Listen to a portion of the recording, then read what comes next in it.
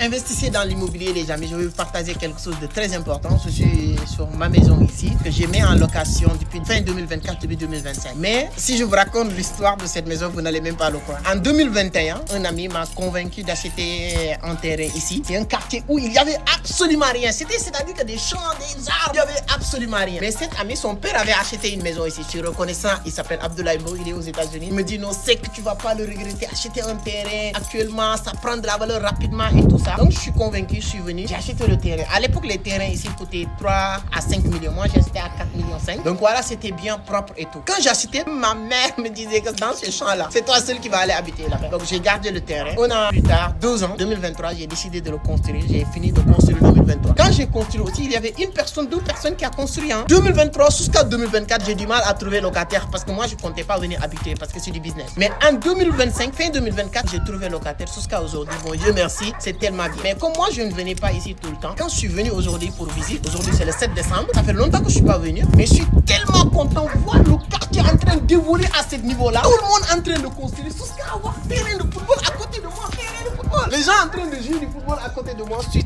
tellement content. Je suis excité même à mettre R+1, R+2 ici parce que la fondation c'était pour R+3, 4 même, voilà. Mais on a fait juste tourner de société parce qu'au début, le quartier, je vais faire une vidéo longue pour vous expliquer, mais ce que je peux vous dire, investissez dans l'immobilier, allez-y dans les quartiers très reculés du capital. Si vous êtes à Cotonou, Abidjan, Dakar, c'est pas uniquement dans les capitales que vous devez investir dans l'immobilier. Comme nous, on est des jeunes entrepreneurs qui viennent de démarrer. C'est vrai, on n'a pas des 100 millions, 200 millions pour acheter un terrain à Abidjan, ou bien à Cocody, ou bien à Dakar Plateau, etc. Non, mais sortez. Si vous êtes au Sénégal, allez vers les Tivaouane-Peulh, les Malicounda, les Diamniadio, etc.